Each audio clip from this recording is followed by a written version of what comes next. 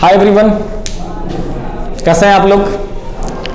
Today in this session कैसन बा? ठीक है बा? So I hope you all are fit and fine. In this session we are going to start a very fresh topic, probability. Before starting this chapter we will discuss basic concepts and after that we will continue. तो शुरुआत करते हैं probability से.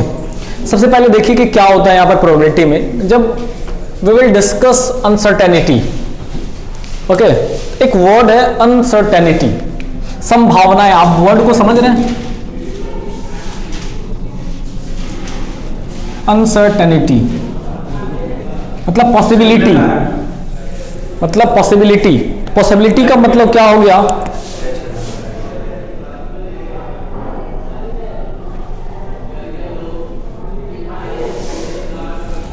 Possibility का क्या मतलब हो गया? संभावनाएं क्या है? पॉसिबिलिटी, संभावनाएं. सो what is probability? Probability is that branch of mathematics in which we numerically study the chances of occurrence of an event. किसी भी स्टेटमेंट को जब आप मैथमेटिक्स का यूज करके आप स्टेट करते हैं, कहते हैं, तो हमारा प्रोबेबिलिटी से कनेक्ट हो जाता है. जैसे कि एग्जांपल के लिए हम एक लिखते हैं कि India can win the match. India can win the match. India can win the match. Okay. There is no use of mathematics in this line. There is no use of mathematics in this line. But whenever we say it is 70% possibility, it is 70% possibility that India can win the match. India can win the match. India can win the match. तो ये जो आपका line हो गया, ये आपका mathematics से relate हो गया, मैथमेटिक्स से कनेक्ट हो गया. तो इसमें आप प्रोबेबिलिटी का कॉन्सेप्ट ढूंढ सकते हैं, इसमें आप प्रोबेबिलिटी के कॉन्सेप्ट का अप्लाई कर सकते हैं. तो जब आप किसी अनसर्टेन चीजों को, पॉसिबिलिटी होता है, कुछ किसी चीजों की पॉसिबिलिटी हो, आप उसको जब आप कहते हैं मैथमेटिक्स का यूज करके, न्यूमेरिकल का यूज करके, तो हम उसको क्या कहते हैं? प्रोबेबिलिटी. सबसे पहले हम एक बेसिक डेफिनेशन देखते हैं कि प्रोबेबिलिटी का एक बेसिक डेफिनेशन क्या हुआ, उसके बाद हम आगे की ओर चलेंगे. ठीक है. तो प्रोबेबिलिटी का जो डेवलपमेंट हुआ, ठीक है, प्रोबेबिलिटी का जो डेवलपमेंट हुआ, एक खेल में एक तरह से आप समझ लीजिए कि खेल में प्रोबेबिलिटी का डेवलपमेंट हुआ. गैम्बलर आप समझते हैं ना, गैम्बलर मतलब जुआरी. गैम्बलर मतलब क्या होता है? जुआरी. तो ऐसे ही थे जो,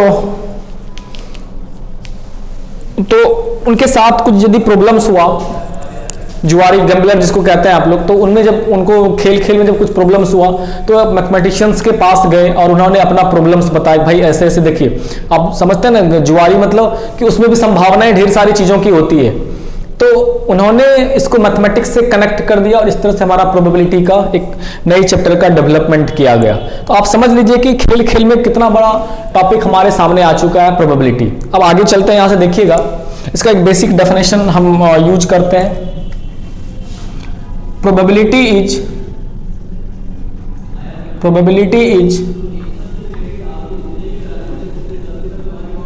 that branch of mathematics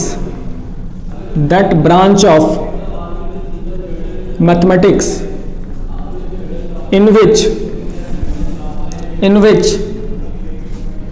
we numerically, you can say mathematically also, mathematically study the chances of occurrence of an event. Chances of occurrence of an event. Okay. तो what is probability? एक बेसिक डेफिनेशन कि जब आप uncertain चीजों की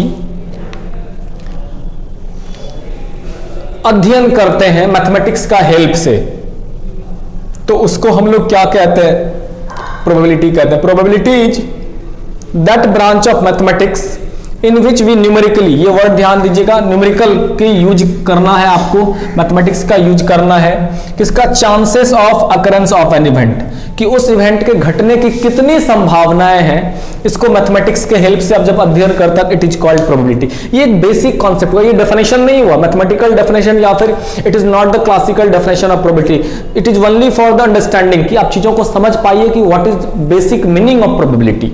ठीक है, तो किसी घटना के होने या नहीं होने की जो संभावनाएं हैं, उसका जब अध्ययन आप मैथमेटिक्स के यूज से, न्यूमेरिकल के हेल्प से आप करते हैं, तो उसको हम लोग क्या कहते हैं, प्रोबेबिलिटी, प्रायिकता कहते हैं। ओके, तो आप इस पूरे डेफिनेशन में प्रोबेबिलिटी में हम अध्ययन किन चीजों का करते हैं, आपको सबसे पहले पहला जो वर्ड है कि प्रोबेबिलिटी में हम किस चीज का स्टडी करते हैं, तो एक सबसे जो इंपॉर्टेंट वर्ड है, सबसे इंपॉर्टेंट वर्ड रैंडम एक्सपेरिमेंट, पहला वर्ड रैंडम एक्सपेरिमेंट। ठीक है, सबसे पहले हम अभी रैंडम एक्सपेरिमेंट के बारे में देखेंगे कि रैंडम एक्सपेरिमेंट क्या है। ओके, और सो हम आगे अभी देख रहे हैं रैंडम एक्सपेरिमेंट के बारे में। तो यहां पर ये जो आपका प्रोबेबिलिटी का कॉन्सेप्ट है, दो फ्रेंच मैथमेटिशियंस हैं, टू फ्रेंच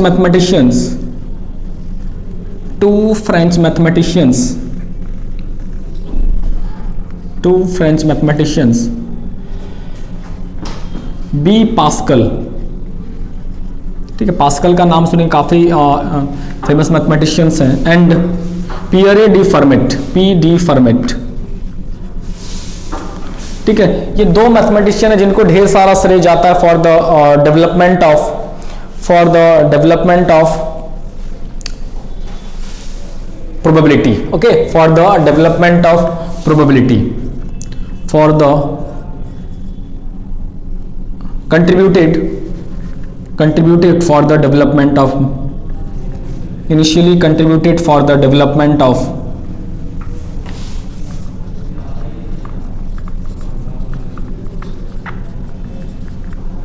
basic probability। ठीक है, तो इन दो मैथमेटिशियंस को श्रेय जाता है, who they are, B Pascal and second one P Fermat. ये दोनों फ्रेंच मैथमेटिशियन थे। As I already told you कि गैम्बलर था जो प्रॉब्लम्स के कारण इन दोनों मैथमेटिशियंस के पास गया और इन्होंने कुछ नया डेवलपमेंट किया। In this way we study new part in mathematics that is called probability. So let's continue. तो सबसे पहला जो पार्ट अभी हम डिस्कस करने जा रहे हैं, रैंडम एक्सपेरिमेंट। देखिएगा, प्रोबेबिलिटी में हम किस चीजों का अध्ययन करते हैं, random experiment. What is random experiment? What is random experiment? सबसे पहला नंबर टॉपिक है हमारा रैंडम एक्सपेरिमेंट क्या है। सबसे पहला नंबर टॉपिक है हमारा रैंडम एक्सपेरिमेंट क्या है। रैंडम एक्सपेरिमेंट क्या है? ठीक है, रैंडम एक्सपेरिमेंट क्या है? तो आप एक बात समझिए कि प्रोबेबिलिटी में आप किन चीजों का अध्ययन करते हैं। क्या कोई भी ऐसा चीज जिसका रिजल्ट आपको मालूम है तो वहां पर अनसर्टेन की बात आती नहीं है। जैसे कि आप एक बात समझिए, you have a coin and both sides tail, दोनों तरफ टेल है, देन आप उसको थ्रो करेंगे तो फिर दोनों तरफ कुछ है पॉसिबिलिटी कि ये आएगा या वो आएगा। ऐसा तो कोई पॉसिबिलिटी बनने जा नहीं रहा है। आप एक डाई है लूडो का गोटी, आप उसमें ऑल 6 फेसेस पर आप इक्वल नंबर लगा दीजिए, सब पर आप 5 लगा दीजिए, अब उसको थ्रो करिए। या तो इसमें कोई वहां पर अनसर्टेन चीजों की बात हो नहीं रही, प्रोबेबिलिटी की बात होगी नहीं। तो प्रोबेबिलिटी की बात कब होती है? जहां पर संभावनाएं क्रिएट हो, जहां पर चांसेस हो, जहां पर मौके हो, जहां पर अनिश्चितताएं हो, अनसर्टेन चीजों की, वहां पर हम प्रोबेबिलिटी का डिस्कशन करते हैं। तो सबसे पहला टॉपिक है रैंडम एक्सपेरिमेंट। रैंडम एक्सपेरिमेंट क्या होता है? वो एक्सपेरिमेंट जिसका रिजल्ट क्या होगा हम नहीं बता सकते, जिसका रिजल्ट क्या होगा नहीं बता सकते। जैसे कि एक कॉइन है, एक हेड है, एक टेल है, आप उसको जब उछालते हैं तो क्या आएगा आपको मालूम है? No, definitely you do not have idea about the result, confirm नहीं है। उसी तरह आप लूडो का गोटी डाई है 1 2 3 4 5 6 आप थ्रो करते हैं तो क्या आएगा आपको मालूम है? बिल्कुल भी मालूम नहीं है। प्लेइंग कार्ड है, ताश की गड्डी, आप एक कार्ड खींचते हैं वहां से, what will come out you do not have idea. तो all these are random experiment. Random experiment मतलब कि उसका रिजल्ट क्या होगा, उसका आउटकम्स क्या होगा, यू कैन नॉट से definitely. Okay, note it down. Those experiment लिखे, those experiments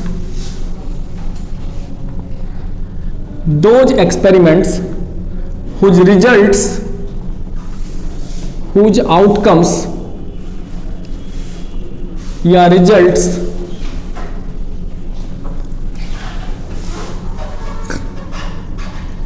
cannot be predicted exactly, जिसका रिजल्ट या जिसका आउटकम्स क्या होगा आप उसके बारे में एग्जैक्ट रूप से नहीं बता सकते, उसको हम लोग क्या कहते हैं, रैंडम एक्सपेरिमेंट कहते हैं। ठीक है, तो प्रोबेबिलिटी में हम किस चीज का डिस्कशन करते हैं, रैंडम एक्सपेरिमेंट का डिस्कशन करते हैं। वो एक्सपेरिमेंट जिसका रिजल्ट क्या होगा, आउटकम होगा, can not be predicted exactly, उसको हम लोग क्या कहते हैं, रैंडम एक्सपेरिमेंट कहते हैं। उसको हम लोग क्या कहते हैं, रैंडम एक्सपेरिमेंट कहते हैं। जैसे एग्जांपल के लिए आप समझ लीजिए, टॉसिंग ए क्वाइन, आप एक क्वाइन को टॉस करते हैं, रैंडम एक्सपेरिमेंट है ना, बिल्कुल रैंडम एक्सपेरिमेंट है। क्यों? क्योंकि आप इसका रिजल्ट क्या होगा नहीं बता सकते, यू कैन नॉट से इट्स रिजल्ट। दूसरा, थ्रोइंग ए डाई, आप एक डाई को थ्रो करते हैं, इसका रिजल्ट क्या होगा आप बता सकते हैं क्या, नहीं बता सकते। Drawing A card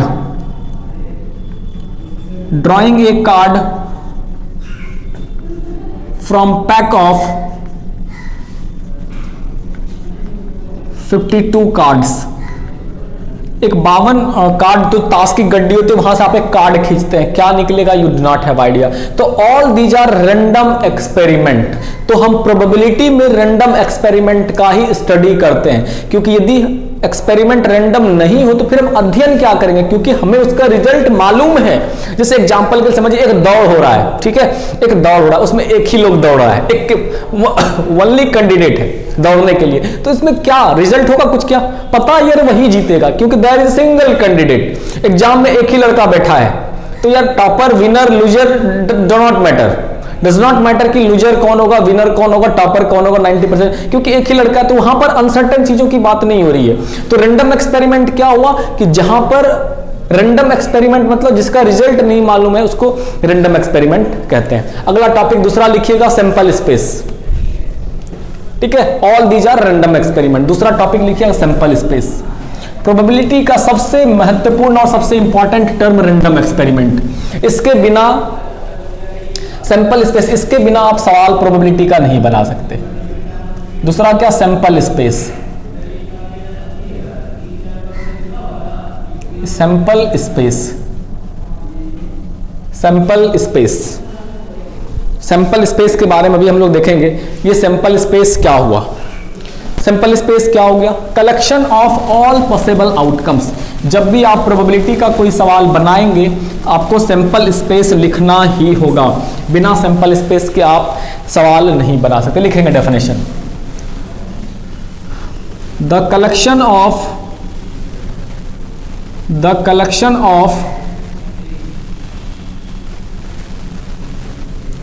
all possible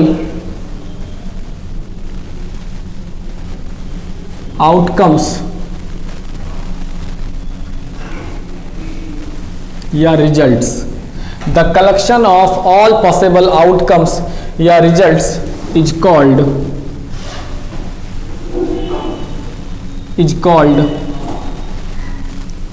sample space.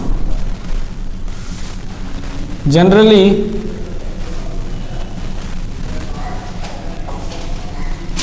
sample space is denoted by S. Sample space is denoted by S या कभी कभी U या फिर कभी कभी ओमेगा। ठीक है, तो जनरली हम सैंपल स्पेस को डिनोट करने के लिए S का यूज करेंगे। ठीक है, सैंपल स्पेस को डिनोट करने के लिए हम S का यूज करेंगे। कहीं कहीं आपको U मिलेगा या फिर कहीं कहीं ओमेगा मिल सकता है। ठीक है, तो व्हाट इज सैंपल स्पेस, तो किसी भी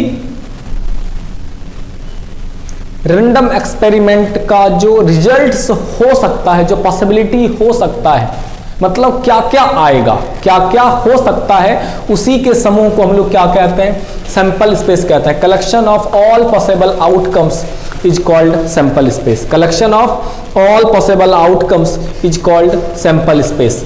आप यहां से एक एक करके आप समझ लीजिए कि ये जो टॉपिक होने वाला है सबसे ज्यादा इंपॉर्टेंट टॉपिक होने वाला है। मतलब आप प्रोबेबिलिटी बिना सैंपल स्पेस वर्ड के नहीं पढ़ सकते। किसी भी सवाल को बनाना है तो आपको at first you have to write the sample space. Sample space बोले तो क्या क्या रिजल्ट हो सकता है उसके कलेक्शन को हम लोग सैंपल स्पेस कहते हैं। जैसे एग्जांपल समझिए, यहां से 1 पहला टॉसिंग ए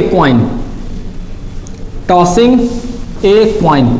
जब आप एक क्वाइन को टॉस करते हैं, ठीक है, तो क्या क्या पॉसिबल आउटकम्स, क्या क्या रिजल्ट आ सकता है, क्या क्या हो सकता है, बोलिए तो।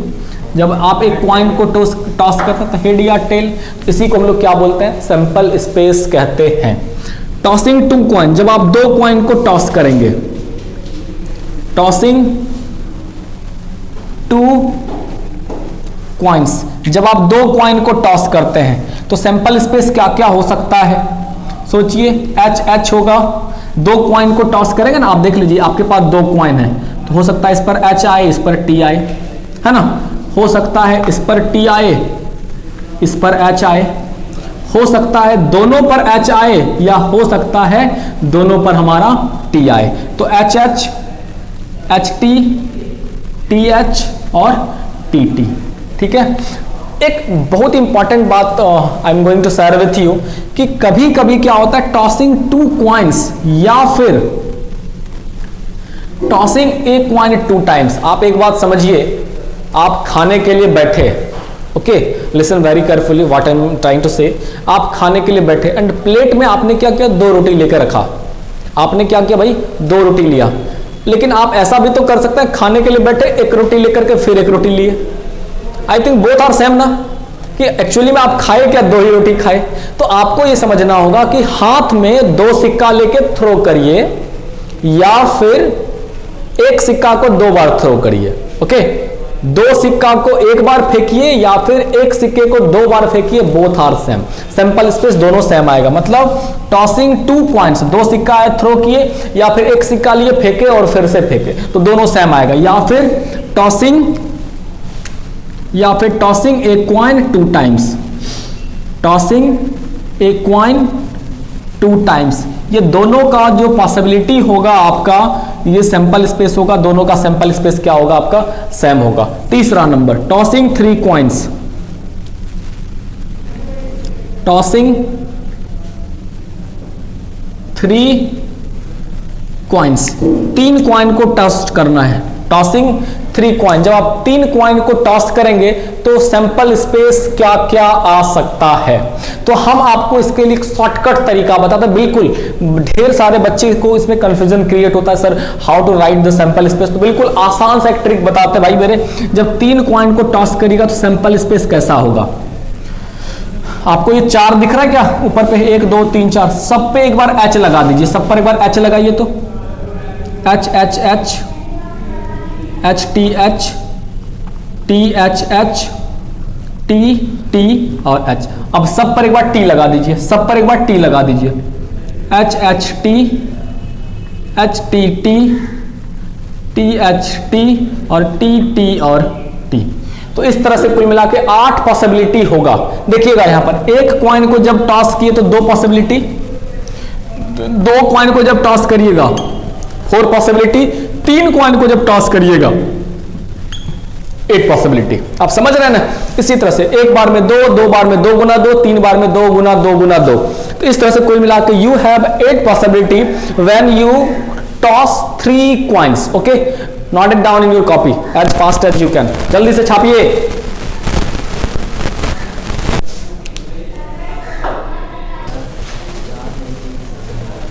अब देखिए आगे 4 नंबर लिख रहे हैं। पहला हो गया tossing a coin, sample space H E R T, tossing 2 coins, H H H T, T H T T और टॉसिंग 2 क्वाइंस। 4 नंबर देखिएगा हम क्या करते हैं यहाँ पर, थ्रोइंग ए डाई। जब आप एक डाई को थ्रो करते हैं, थ्रोइंग ए डाई, डाई मतलब समझ रहे हैं भाई, डाई मतलब हो गया पासा या लूडो का जो खेलने वाला होता है, लूडो गोटी समझते हैं ना वो। आप सोचिए जब आप whenever you throw a die, what will total possibilities? It may be either 1, 2, 3, 4, 5 and 6. Okay, तो सैंपल स्पेस इसका क्या हो, जल्दी से लिखेंगे साथ में। 1 2 3 4 5 एंड 6। जब आप एक डाई को थ्रो करते हैं तो जो टोटल आपका सैंपल स्पेस होता है वो 1 2 3 4 5 6 होता है। ठीक है, आगे देखिए जल्दी से। जब आप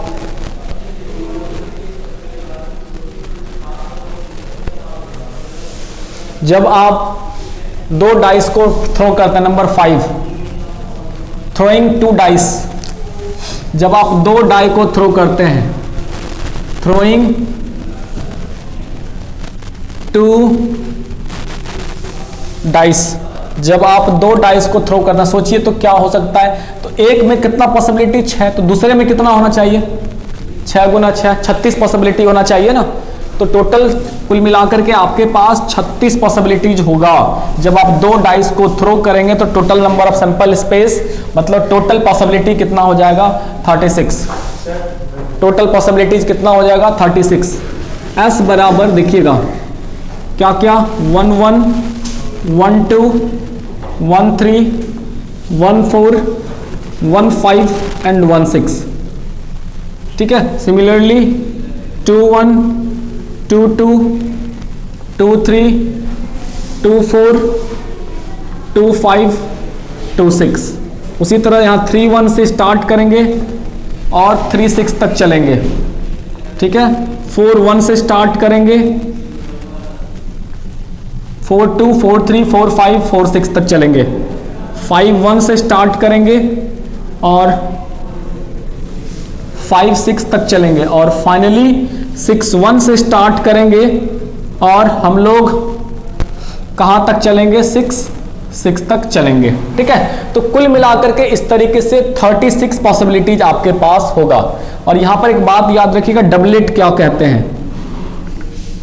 डबलेट, डबलेट एक वर्ड हुआ, यहां पर टोटल 6 डबलेट्स होता है। डबलेट किसको कहते हैं, 1 1 2 2 3 3 को डबलेट कहते हैं। ठीक है, 3 3 4 4 5 5 6 6 को डबलेट कहते हैं।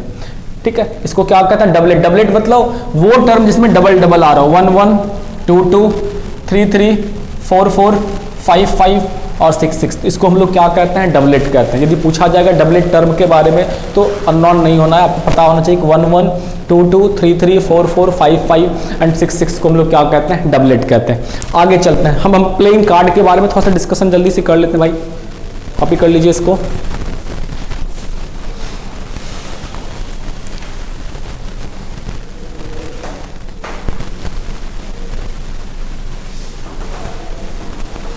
चलिए आगे देखिएगा, हम प्लेइंग कार्ड के बारे में जानना चाहेंगे कि प्लेइंग कार्ड, आप समझ रहे, ताश की गड्डी कितने पत्ती होते हैं। प्लेइंग कार्ड में कितने कार्ड्स होते हैं, प्लेइंग कार्ड में कितने कार्ड्स होते हैं, जल्दी से बताइए। गांव के यदि लोग होंगे आपको तो जरूर मालूम होगा, गांव देहात में अभी भी लोग खा पी करके आराम से 5 लोग बैठते हैं और कार्ड खेलते हैं। फेवरेट गेम आज भी, हाँ ताश, यू नो। तो आज भी आप समझ लीजिए उन लोगों के लिए सोर्स ऑफ एंटरटेनमेंट है।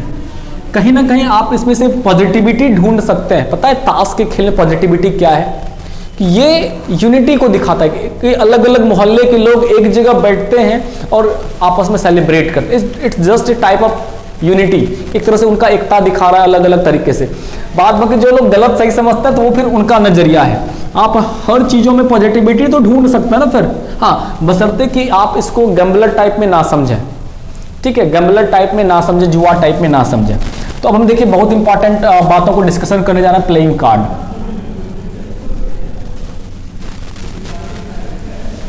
प्लेइंग कार्ड, ताश की गड्डी। जो खेलने जानता है तो बहुत अच्छा दोस्त, नहीं खेलने जानता फिर मेरे श्रेणी में है। ठीक है, खेलने जानता है तो बहुत अच्छी बात है, वेरी गुड आपको। और यदि नहीं खेलने जानता तो उससे भी वेरी गुड, क्योंकि आप फिर मेरी श्रेणी में आते हैं। मेरी श्रेणी मतलब चिंटू सर तो आप बन नहीं जाएंगे, सोच लीजिए मेरी श्रेणी में आने से। चलिए, तो प्लेइंग कार्ड में टोटल कितने कार्ड्स होते हैं भाई मेरे, 52 कार्ड्स होते हैं। समझिएगा, बहुत ही इंपॉर्टेंट चीज़ है यहाँ पर। अब इस 52 कार्ड को 2 अलग अलग टुकड़े में डिवाइड कर रहे हैं, 2 अलग अलग टुकड़े में डिवाइड कर रहे हैं। पहला क्या, 26 रेड में डिवाइड कर रहे हैं, और 26 हम किस में डिवाइड कर रहे हैं, ब्लैक में डिवाइड कर रहे हैं। 26 हम किस में डिवाइड कर रहे हैं, रेड में डिवाइड कर रहे हैं, और 26 हम किस में डिवाइड कर रहे हैं, ब्लैक में डिवाइड कर रहे हैं। ठीक है, इस 52 कार्ड को दो अलग अलग टुकड़े में बांटे, 52 काला होता है और 52 लाल होता है, सही है। अब इस रेड को दो टुकड़े में डिवाइड करना है, अब इस रेड को भी दो टुकड़े में डिवाइड करना है। 13 हर्ट होता है, 13 क्या होता है, हर्ट होता है, और 13 क्या होता है, डायमंड होता है। ठीक है, इस 26 को भी दो टुकड़े में डिवाइड करते हैं, हर्ट और डायमंड, हर्ट और डायमंड, और इस 26 को ब्लैक को भी दो टुकड़े में डिवाइड करते हैं। 13 क्लब होता है, 13 क्या होता है, क्लब, और 13 क्या होता है, स्पेड्स, 13 क्या होता है, स्पेड्स होता है। ठीक है, तो इस तरह से इस 26 को दो टुकड़े में बांटे, 13 को हर्ट बोले, 13 को डायमंड, 13 को क्लब बोले और 13 को स्पेड बोले। हर्ट, डायमंड, क्लब और स्पेड। ठीक है, ये जो हर्ट, डायमंड और क्लब और स्पेड होता है, सब पर अलग अलग चिन्ह बना होता है। ठीक है, हर्ट, डायमंड, क्लब और स्पेड सब पर जो होता है अलग अलग चिन्ह बना होता है। जैसे हर्ट पर आप देख लीजिए, हर्ट के बारे में जानते ही हैं, हर्ट ऐसे बना होता है। डायमंड आप जानते हैं ऐसे बना होता है। ठीक है, उसी तरह क्लब और स्पेड बना होता है। क्लब शायद ऐसे बना होता है, ठीक है, और स्पेड शायद ऐसे बना होता है। अब जो कार्ड खेलते हैं वो अच्छे से समझते होंगे। तो ये चारों पर अलग अलग सिंबल्स बना होता है। तो आप सिंपल समझिए कि हर्ट, डायमंड रेड में आया, क्लब और स्पेड ब्लैक में आया। अब ये जो आपके पास हर्ट के पास 13 कार्ड है, आप समझिएगा, हर्ट के पास जो 13 कार्ड होता है, हर्ट के पास जो 13 कार्ड होता है, इस 13 कार्ड का अलग अलग नाम होता है। इस 13 कार्ड का अलग अलग क्या होता है, नाम होता है। 13 कार्ड का क्या होता है, अलग अलग नाम होता है। ठीक है, अब नाम में क्या है, ये जो 13 कार्ड है इस पर क्या क्या नाम लिखा रहेगा, तो आपको ये 2, 3, 4, 5, 6, 7, 8, 9, 10 A, K, Q और J, हर्ट, डायमंड, क्लब और स्पेड। हर्ट, डायमंड, क्लब और स्पेड। नाम नहीं दिख रहा इसका, ये वाला हर्ट, ये हर्ट, डायमंड। अरे यार ये कैसे पता चल क्लब और स्पेड क्या, तो लिख तो सही रहे वहां पर।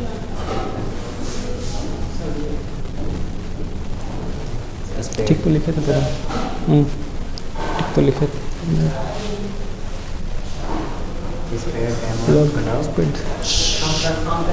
हाँ ठीक है, डायमंड, क्लब उल्टा और स्पेड। ठीक है, इस तरह से ये कुल मिलाकर के हर्ट, डायमंड और क्लब और स्पेड, तो इस तरह से ये आपका 4 अलग अलग सिंबल्स होता है।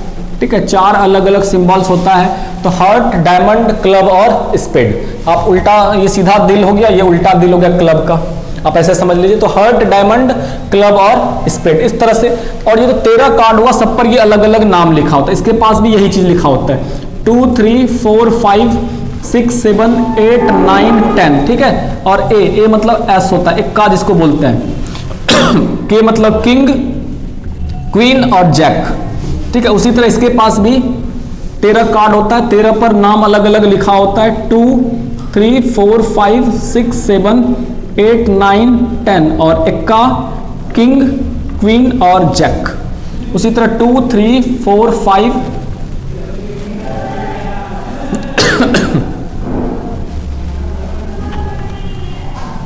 के, क्यू और जे।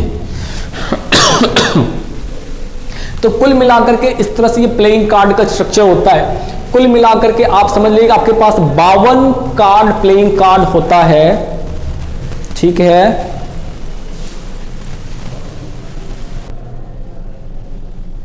so in this way, as you can see here, you have total 52 cards. You have total 52 playing cards, and we can divide into 2 parts, 26 red and 26 black, right? You can divide 52 playing cards into 2 different parts, 26 red and 26 black, and also 26 red cards divided into 2 parts, 13 one is hurt and 13 one is diamond, and all 13 red cards have different naming, different digits.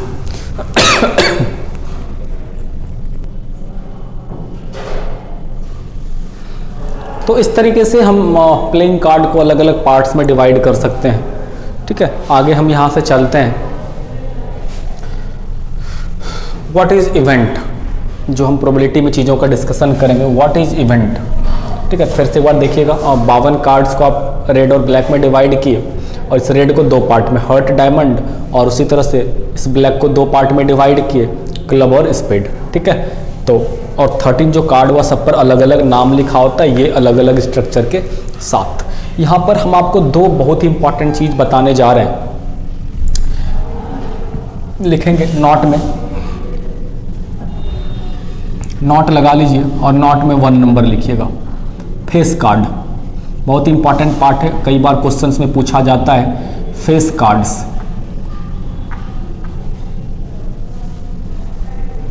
ठीक है, तो कुल मिलाकर के 12 face card होते हैं। Total face card कितने होते हैं? टोटल फेस कार्ड की संख्या 12। टोटल 12 फेस कार्ड होते हैं। टोटल 12 फेस कार्ड क्या क्या होते हैं भाई? किंग, क्वीन और जैक। ठीक है, किंग, क्वीन और जैक को हम लोग क्या कहते हैं? फेस कार्ड कहते हैं। देख लीजिए, किंग, क्वीन और जैक, यहां देखिएगा, किंग, क्वीन और जैक, है ना, इसको हम लोग क्या कहते हैं? फेस कार्ड कहते हैं। फेस कार्ड मतलब समझ रहे हैं, जिस पर फोटो बना होता है, चेहरा बना होता है। किंग का चेहरा बना होता है, क्वीन का चेहरा बना होता है और जैक का चेहरा बना, that's why we called face card. और दूसरा लिखिएगा ऑनर कार्ड। दूसरा लिखिएगा ऑनर कार्ड। फेस कार्ड हो गया। टोटल फेस कार्ड कितने होते हैं? 12। किंग, क्वीन और जैक को हम लोग क्या कहते हैं? फेस कार्ड कहते हैं। और दूसरा लिखिएगा ऑनर कार्ड। दूसरा लिखिएगा ऑनर कार्ड। दूसरा लिखिएगा ऑनर कार्ड। ऑनर कार्ड, ठीक है, इसको हम लोग क्या कहते हैं? Honour card. तो ऑनर कार्ड टोटल 16 होते हैं। टोटल 16 ऑनर कार्ड, ठीक है, टोटल 16 ऑनर कार्ड्स होते हैं। ठीक है, टोटल कितने ऑनर कार्ड होते हैं? 16 ऑनर कार्ड होते हैं। उसमें ए भी जोड़ देना है। ठीक है, ए भी जोड़ देना, एक का ए प्लस के प्लस क्यू और प्लस जे। तो ये चारों मिला करके तो 4 चौके 16 हो गया। 4 इसके पास, 4 इसके पास, 4 इसके पास और 4 इसके पास। So in this way you have total 16 honour cards.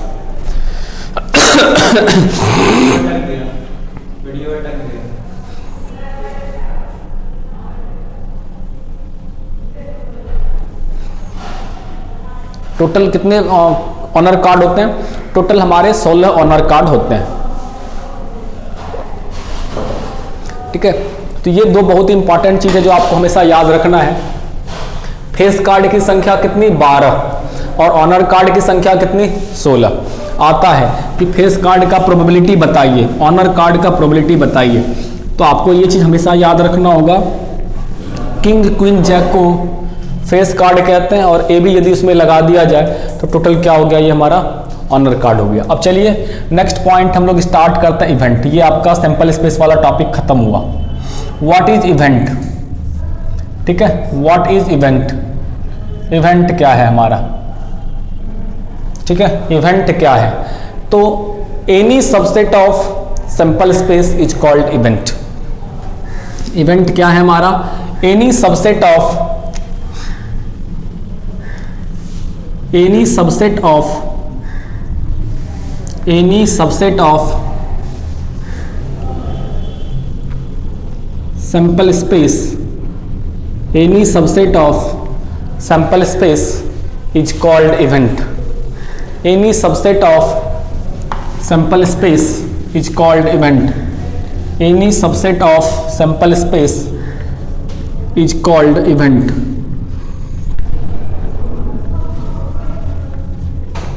Any subset of sample space is called event. याद रखेंगे तो इवेंट क्या होता है हमारा? इवेंट क्या होता है? Event is a subset of sample space.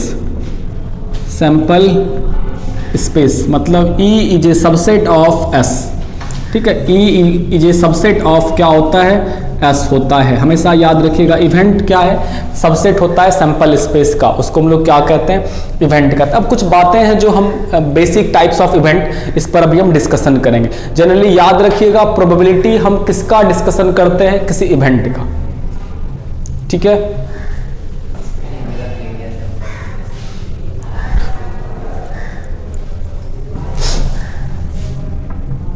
ठीक है, प्रोबेबिलिटी में हम क्या करते हैं, किसी भी इवेंट के प्रोबेबिलिटी का डिस्कशन करते हैं। याद रखिएगा, प्रोबेबिलिटी में क्या होता है, हम किसी इवेंट का प्रोबेबिलिटी डिस्कशन करते हैं, ना ही कि रैंडम एक्सपेरिमेंट का, ना ही सैंपल स्पेस का।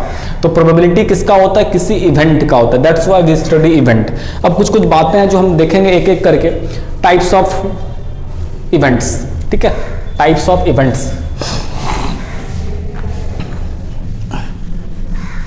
टाइप्स ऑफ इवेंट्स,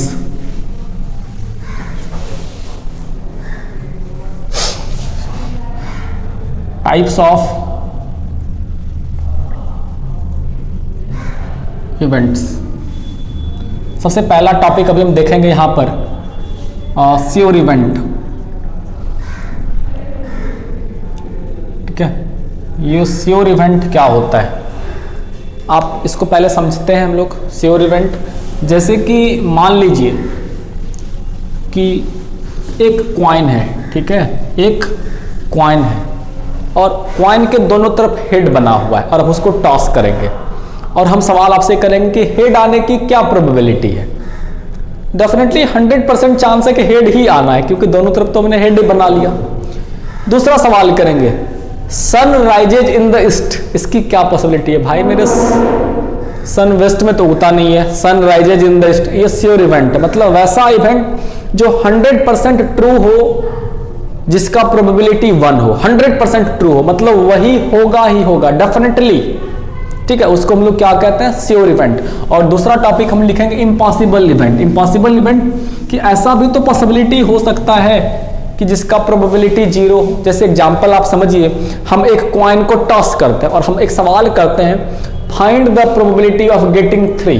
भाई मेरे जब कॉइन को टॉस करेंगे तो 3 आने की क्या पॉसिबिलिटी होगी यार, उसमें तो हेड या टेल आता है, 3 थोड़ी ना आता है भाई मेरे, समझ रहे हैं। उसी तरह आप समझिए, एक डाई को थ्रो करते हैं, लूडो का गोटी, और हम पूछ रहे हैं हेड आने की क्या प्रोबेबिलिटी है। भाई इसमें 1 2 3 4 6 आना है, हेड तो आना नहीं है, उसका प्रोबेबिलिटी क्या हो जाएगा, उसका प्रोबेबिलिटी 0 हो जाएगा। तो ये आपको समझना है, ये दो बातें, श्योर इवेंट और दूसरा क्या है, इम्पॉसिबल इवेंट। दूसरा क्या है, इम्पॉसिबल इवेंट। तो श्योर इवेंट क्या हुआ, वैसा इवेंट जिसका प्रोबेबिलिटी 0 हो। An event whose probability is probability is 1, ठीक है, हुज प्रोबेबिलिटी इज 1, जिसका प्रोबेबिलिटी 1 हो उसको हम लोग क्या कहते हैं, श्योर इवेंट कहते हैं। जैसे कि एग्जांपल में हम आपको बता ही दिए, क्या क्या बताए, sun rises in the east, इसकी क्या पॉसिबिलिटी है यार, 100% पॉसिबिलिटी है, इन द ईस्ट 100% पॉसिबिलिटी है। दूसरा एग्जांपल आप समझिए कि जब हम क्या करते हैं, एक डाई को फेंकते हैं, तो इसकी क्या पॉसिबिलिटी है कि नंबर जो आएगा वो 10 से कम हो। Find the probability of getting a number less than 10 when we throw a die। जब हम एक डाई को थ्रो करते हैं, इसकी क्या संभावना है कि जो नंबर आएगा वो 10 से कम हो। भाई मेरे डेफिनेटली 100% संभावना है, क्योंकि वो 1 2 3 4 5 6 ही होता है। तो ये सब किसके एग्जांपल्स हो गए, आपके श्योर इवेंट के एग्जांपल्स हो गए। वैसा इवेंट जिसका प्रोबेबिलिटी 1 हो उसको हम लोग श्योर इवेंट कहते हैं। और इम्पॉसिबल इवेंट, वैसा event, an event whose probability is 0, whose probability is 0, जिसका प्रोबेबिलिटी क्या हो, 0 हो, उसको हम लोग क्या कहते हैं, इम्पॉसिबल इवेंट कहते हैं। जैसे find the probability that sun rises in the west, sun rises in the west. यार सूरज पश्चिम में कब से होने लगा मेरे भाई, बिल्कुल भी असंभव बात है। जैसे गेटिंग ए नंबर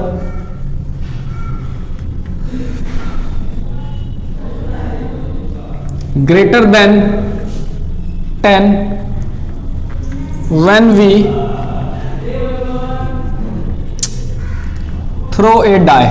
जब हम एक डाई को थ्रो करते हैं तो इसकी क्या संभावना है कि जो नंबर आएगा वो 10 से ज्यादा हो? बिल्कुल भी 0 संभावना है, क्योंकि जब भी नंबर आएगा तो 1 to 6 ही आएगा, तो ग्रेटर देन 10 आने की कोई पॉसिबिलिटी है नहीं। तो ये कितना हो गया आपका इम्पॉसिबल इवेंट हो गया। ठीक है, तीसरा आगे चलिएगा फटाफट।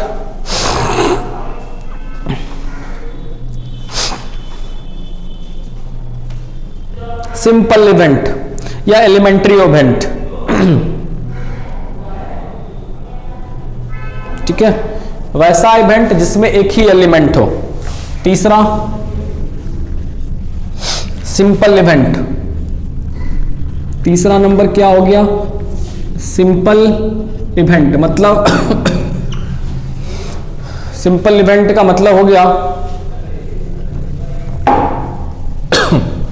जो आपका सिंगलटन सबसेट हो, सिंपल सबसेट हो, single. An event having one element, an event having one element, आप ये समझ लीजिए कि वन एलिमेंट, या फिर singleton subset of sample space, या फिर ऐसे भी बोल सकते हैं कि ऐसा इवेंट जो सिंगलटन सबसेट हो, singleton subset of sample space. Singleton मतलब जिसमें कि एक एलिमेंट होना चाहिए, तो वैसा इवेंट जिसमें एक एलिमेंट हो। एग्जाम्पल के लिए हेड आने की क्या पॉसिबिलिटी है यदि हम एक ही कॉइन को टॉस करते हैं, तो ई मतलब हो गया आपका हेड। तो इस तरह के इवेंट को हम लोग क्या बोलते हैं? आपको सिंपल इवेंट कहते हैं। अगले लिखिएगा आप,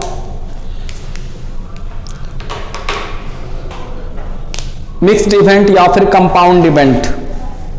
मिक्स्ड इवेंट या फिर कंपाउंड इवेंट। ठीक है, मिक्स्ड इवेंट या फिर कंपाउंड इवेंट, वैसा इवेंट जिसमें क्या हो, जिसमें आपको एक से ज्यादा एलिमेंट हो, उसको हम लोग क्या कहते हैं? मिक्स्ड इवेंट या फिर कंपाउंड इवेंट कहते हैं। ठीक है, मिक्स्ड इवेंट या फिर कंपाउंड इवेंट कहते हैं। नंबर 4,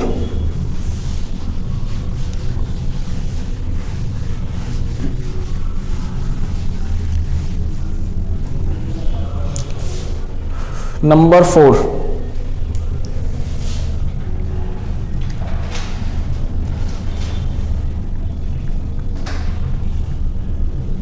मिक्स्ड इवेंट या फिर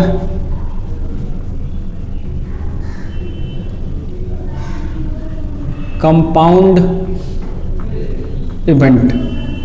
मिक्स्ड इवेंट या फिर कंपाउंड इवेंट, तो वैसा इवेंट जिसमें एक से ज्यादा एलिमेंट हो। ठीक है, more than one element, more than one element, more than क्या हो? वन एलिमेंट हो।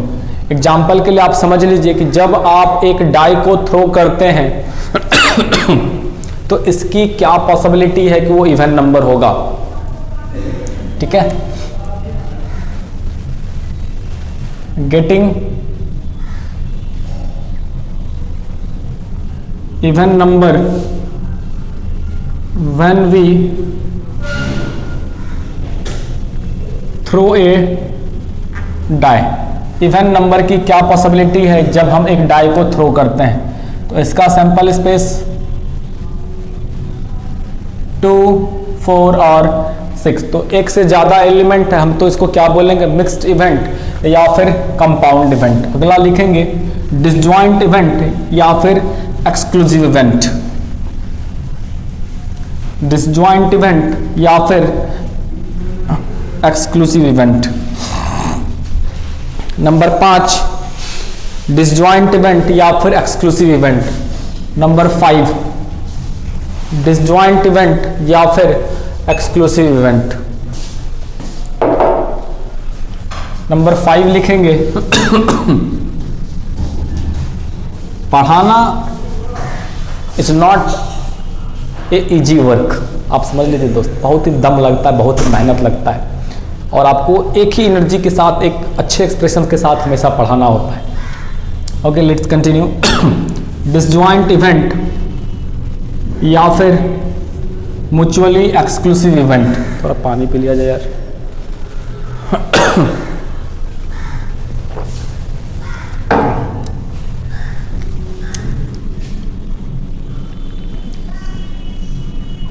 Mutually exclusive event, disjoint event या फिर mutually exclusive event. Disjoint event या फिर म्यूचुअली एक्सक्लूसिव इवेंट। ठीक है, तो आपको याद होगा, यदि याद हो तो आपको बिल्कुल अच्छे से आई थिंक सेट थ्योरी में हम इस वर्ड का चर्चा कर चुके हैं। जिन जिन बच्चों को याद हो, disjoint sets, types of sets में आपको बिल्कुल याद होना चाहिए। हम इस बात का चर्चा कर चुके हैं कि डिसजॉइंट सेट किसको कहते हैं। तो यदि दो सेट है ए और बी, और दोनों का जो इंटरसेक्शन हो, ए इंटरसेक्शन बी, वो क्या हो, फाई हो, तो हम इसको क्या कहते हैं, डिसजॉइंट इवेंट कहते हैं। ये आपको याद रखना है कि ए और बी दोनों में कुछ भी कॉमन नहीं हो, हम उसको क्या कहते हैं, डिसजॉइंट इवेंट कहते हैं। तो similarly you can compare with the same definition, कि ये डेफिनेशन क्या हो गया आपका, कि दो इवेंट है जिसमें भी कोई भी एलिमेंट कॉमन नहीं हो, there should be no any common element in two different events, then they are called disjoint events या फिर म्यूचुअली एक्सक्लूसिव इवेंट्स। ठीक है,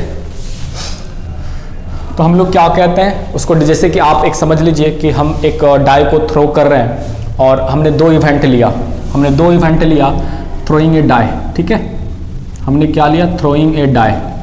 हम एक डाई को थ्रो कर रहे हैं और हमने क्या बनाया, E1 बनाया। E1 getting even number, E2 getting odd number. ठीक है, गेटिंग ऑड नंबर। हम इसको क्या कहते हैं, डिसजॉइंट इवेंट कहते हैं। हम इसको डिसजॉइंट इवेंट कहते हैं। ठीक है, तो आपके पास क्या है, दो अलग अलग इवेंट हैं, तो दोनों में यदि कुछ भी कॉमन नहीं हो, no common element, there is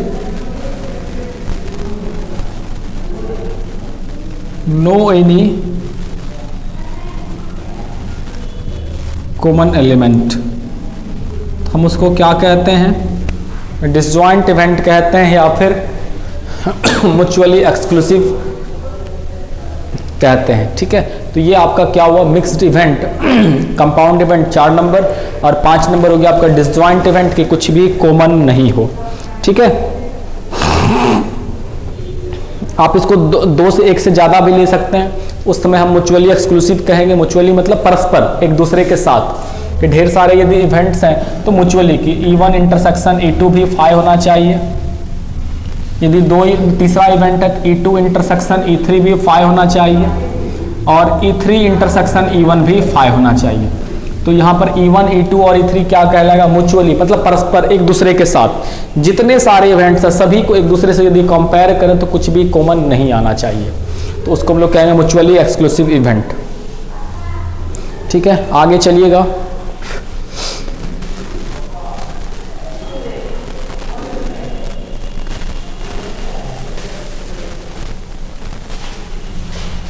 equally likely events, word का चर्चा हम जरूर करेंगे। इक्वली लाइकली इवेंट्स,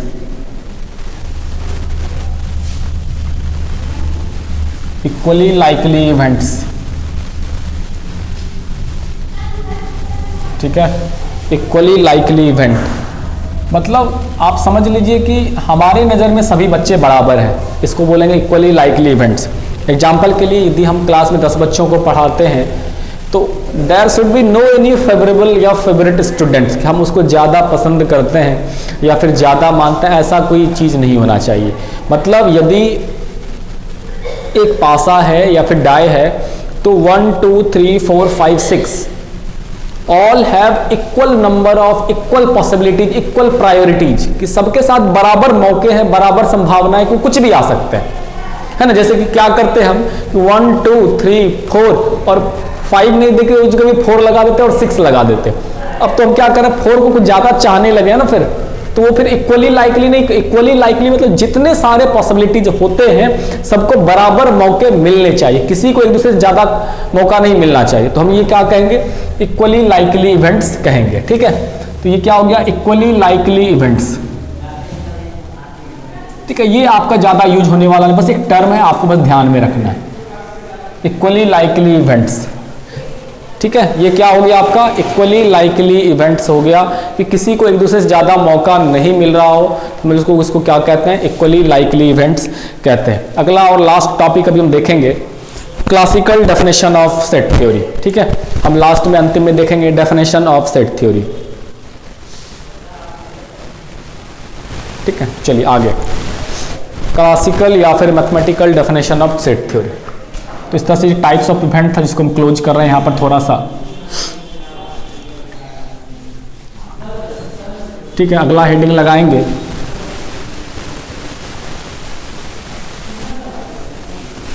आगे, हेडिंग लगाएंगे क्लासिकल डेफिनेशन या फिर mathematical definition of probability.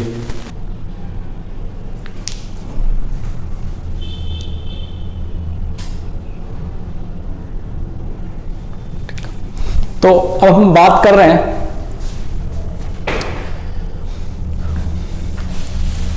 Definition of probability, ठीक है। सबसे इंपॉर्टेंट फैक्टर, इसको हम लोग क्लासिकल डेफिनेशन ऑफ प्रोबेबिलिटी भी कहते हैं। हेडिंग लगाएंगे क्लासिकल डेफिनेशन ऑफ प्रोबेबिलिटी, ठीक है।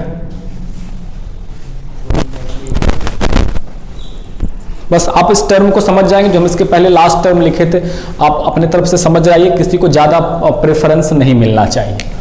बाद में कि वैसा कोई मैथमेटिकल उसका टर्म है नहीं जो यूज होगा, बस एक टर्मिनोलॉजी है जो आपको समझना है वहां, ठीक। आगे लिखाएंगे क्लासिकल डेफिनेशन, जगह उसका छोड़ के खुद से लिख लेंगे, classical definition of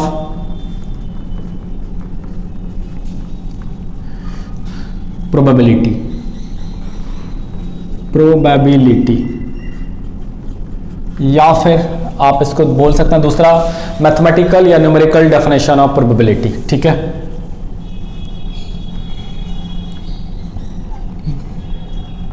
mathematical definition of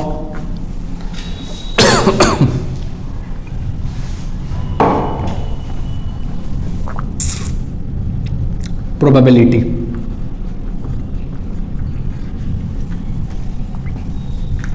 start करते हैं, देखिएगा। लेट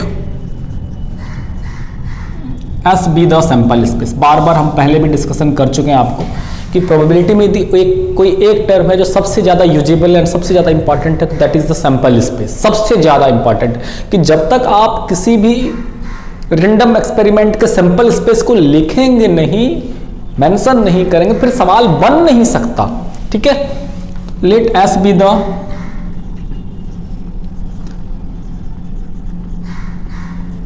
सैंपल स्पेस, एस क्या है, सैंपल स्पेस है, and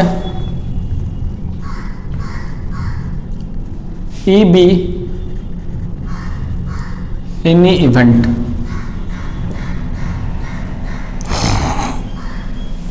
and E be any event, ठीक है। एस क्या है आपका, सैंपल स्पेस है, और ई क्या है, कोई इवेंट है। एस क्या है, सैंपल स्पेस है, और ई क्या है, कोई इवेंट है। Then probability of event E is denoted by P E, ठीक है। पीई का मतलब क्या होता है, probability of event E. How will you read it, It is read as probability of event E. Probability of event E, and it is defined as, and it is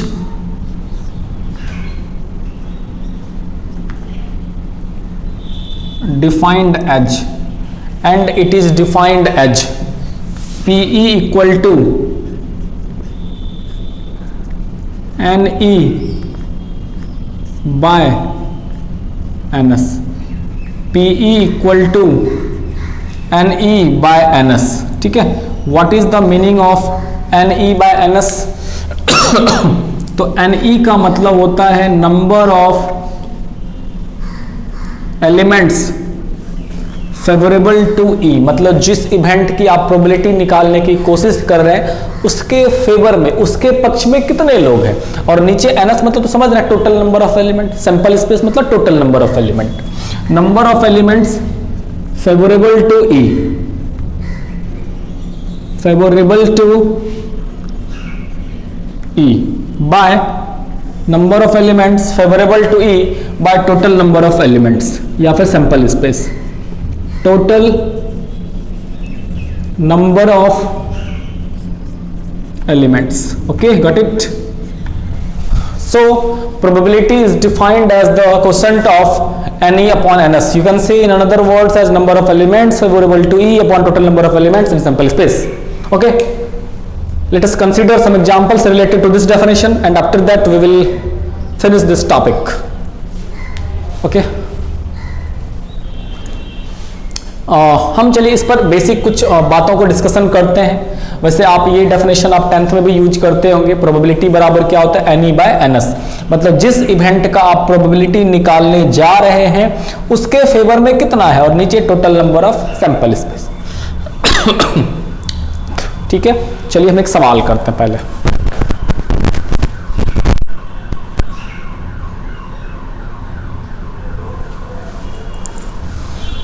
चलिए आगे देखेंगे एग्जाम्पल नंबर 1। क्वेश्चन नंबर 1 देखिएगा क्या है अभी हमारा।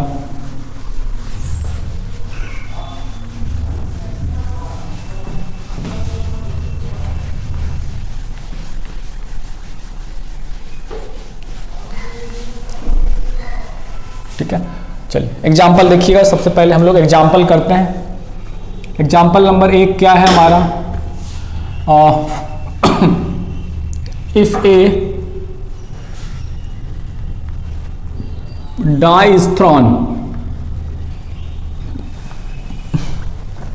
if a die is thrown, यदि एक डाई को हम थ्रो करते हैं, then find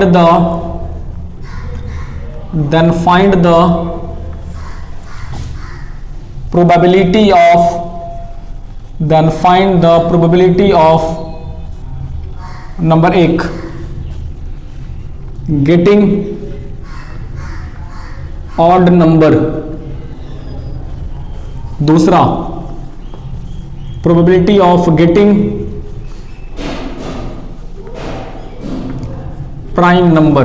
ठीक है, ये 2 क्वेश्चन है, इसके बारे में फिलहाल हम डिस्कशन कर लेते हैं जल्दी से। तो फिर पानी पी लेते हैं भाई।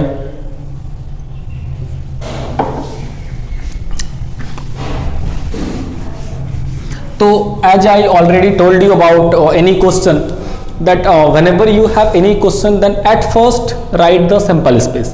sample space बोले तो all possible outcomes। तो as you know, क्या आप जानते हैं कि जब हम एक डाई को थ्रो करते हैं, ठीक है, जब हम एक डाई को थ्रो करते हैं तो सैंपल स्पेस क्या क्या होगा, 1 2 3 4 5 और 6, सही है ना। जब हम एक डाई को थ्रो करते हैं तो क्या हो जाएगा हमारा, इस तरह से। अब देखिए क्वेश्चन नंबर 1 बनाते हैं, गेटिंग ऑर्डर नंबर। तो मान लेते हैं आप डायरेक्ट भी बना सकते हैं, बट हम एक प्रोसेस आपको दिखा रहे हैं कैसे बनाना है। ठीक है, तो सबसे पहले क्या, हम गेटिंग ऑर्डर नंबर, तो मान लिए लेट E, जिस भी इवेंट का प्रोबेबिलिटी निकाला उसको E मानते हैं, E be the event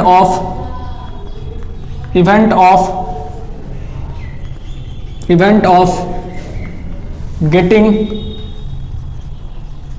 odd number getting odd number, E be the event of getting odd number, ठीक है। तो सबसे पहले हम ये जानना चाहेंगे कि ऑड नंबर के पक्ष में कौन कौन लोग आएंगे, ऑड नंबर के पक्ष में कौन कौन लोग आएंगे, 1, 3 और 5। इसलिए PE बराबर डेफिनेशन क्या जानते हैं, PE बराबर NE बाय NS,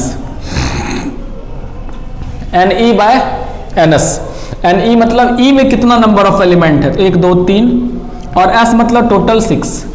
तो सिंपल सा आप एक बात समझना है कि जिस भी इवेंट का प्रोबेबिलिटी निकाल रहे हैं उसके फेवर में कितना है, 3 है, और टोटल कितना है, 6 है, तो 1/2 हो गया।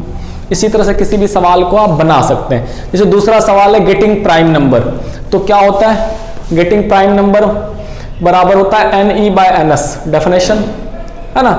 NE मतलब इसके पक्ष में कितना है, तो प्राइम नंबर कौन कौन आएगा बताइए, कौन कौन प्राइम नंबर होता है, जल्दी से कौन कौन प्राइम नंबर होता है, जल्दी से। 1 प्राइम नंबर होता है क्या, 1 प्राइम नंबर होता है क्या, बिल्कुल भी नहीं होता है। तो 2 प्राइम नंबर हुआ, 3 प्राइम नंबर हुआ, और 5 प्राइम नंबर हुआ। प्राइम नंबर हुआ, ये भी प्राइम नंबर हुआ, और ये प्राइम नंबर हो गया, 2 3 5। तो इसके पक्ष में कितने प्राइम नंबर के पक्ष में, 3 लोग, और टोटल 6। इसका भी आंसर कितना हो गया, 1/2, ठीक है। इस तरह से आप किसी भी डेफिनेशन का आप यूज कर सकते हैं कि जब आप इस तरह से सवाल बनाते हैं। जैसे एक छोटा छोटा एग्जाम्पल हम जाते जाते कर लें, एक और।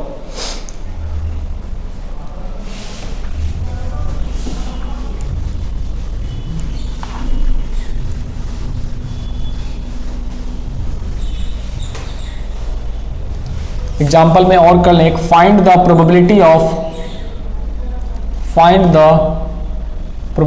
ऑफ गेटिंग फेस कार्ड्स, ठीक है। Find the probability of drawing लिख लीजिए, find the probability of drawing face card. जब हम एक कार्ड को ड्रॉ करते हैं, निकालते हैं, खींचते हैं, तो फेस कार्ड की क्या प्रोबेबिलिटी होगी, from A pack of 52 cards, from A pack of 52 cards, 52 playing cards का एक पैक है, उससे फेस कार्ड आने की क्या प्रोबेबिलिटी है। तो डायरेक्ट आप इसको बना सकते हैं बिना कुछ लिखे, क्या कि प्रोबेबिलिटी ऑफ फेस कार्ड बराबर होता है क्या, NE बाय NS, ठीक है। तो फेस कार्ड की संख्या कितनी होती है भाई, 12, और सैंपल स्पेस कितना, 52, 52। जो भी आया उसका आंसर हो गया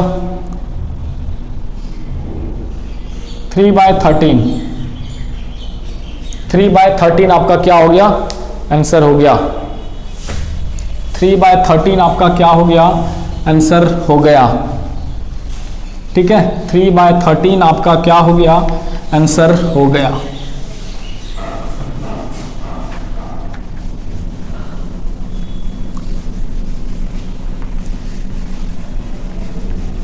थ्री बाय 13 आपका क्या हो गया, आपका आंसर हो गया। एक और छोटा सा सवाल लेंगे जाने के पहले। Example, find the probability of getting exactly 2 heads if 2 coins are tossed, if 2 coins are tossed, ठीक है। 2 कॉइन को जब हम टॉस करते हैं तो इसकी क्या संभावना है कि एग्जैक्टली 2 हेड आएगा, ठीक है। Find the probability of getting exactly 2 heads if 2 coins are tossed। If 2 coins are tossed, यदि 2 कॉइन को हम टॉस करते हैं तो इसकी क्या संभावना है, एग्जैक्ट रूप से 2 हेड आएगा। तो सबसे पहले हम सैंपल स्पेस लिखें। सैंपल स्पेस सोचिए, 2 कॉइन को जब टॉस करते हैं भाई तो सैंपल स्पेस में क्या क्या आता है, क्या क्या आता है, HH, HT, TH और TT आता है। तो आपको किस चीज का प्रोबेबिलिटी निकालना है, गेटिंग एग्जैक्टली 2 हेड, इसलिए प्रोबेबिलिटी ऑफ एग्जैक्टली 2 हेड, तो प्रोबेबिलिटी का डेफिनेशन NE/NS, मतलब इसके पक्ष में कितना है, एग्जैक्टली 2 हेड के पक्ष में कितने लोग हैं 1, और टोटल कितने लोग हैं 4, 1/4। तो इस तरीके से कुछ बेसिक एग्जांपल्स है जो इस तरह से हम डिस्कशन करेंगे। तो नेक्स्ट क्लास से हम कंटिन्यू करेंगे जिसमें ढेर सारा सवाल, ढेर सारा क्वेश्चंस हम डिस्कस करेंगे इन सारे टॉपिक्स पर। तो एक बार अच्छे से रिवाइज कर लेंगे, शुरू से पढ़ लेंगे और कुछ कुछ बातें जिसको आप हमेशा जहन में याद रखेंगे। Thank you, have a good day.